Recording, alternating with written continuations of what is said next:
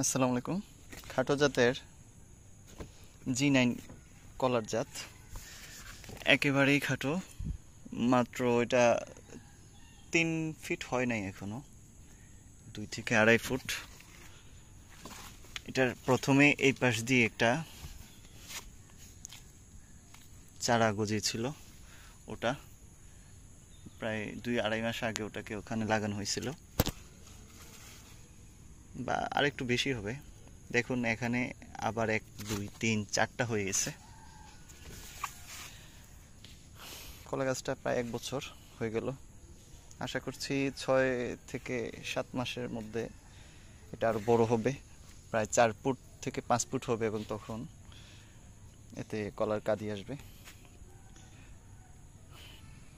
আর এটা এটা হচ্ছে আমার, এটা প্রায় 7-8 ফুট হয়ে গেছে মূল বডিটা। এটা হচ্ছে লাল কলার। দেখুন এগুলাতে অতিরিক্ত বৃষ্টির কারণে এগুলা কেটে ফেলে দিতে হবে, যেরকম আমি ওটাতে গোড়াটা ফেলে দিছি, এবং পরে ওষুধ দিয়ে দেব, যেন না হয় এগুলার থেকে পচা রোগ সৃষ্টি হবে।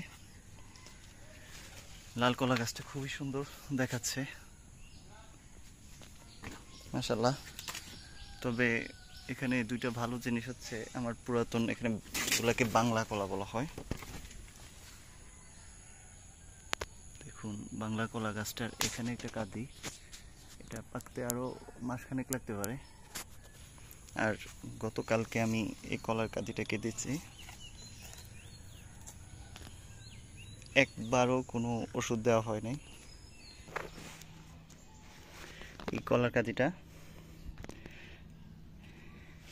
দেখুন কত বড়, মাশাআল্লাহ।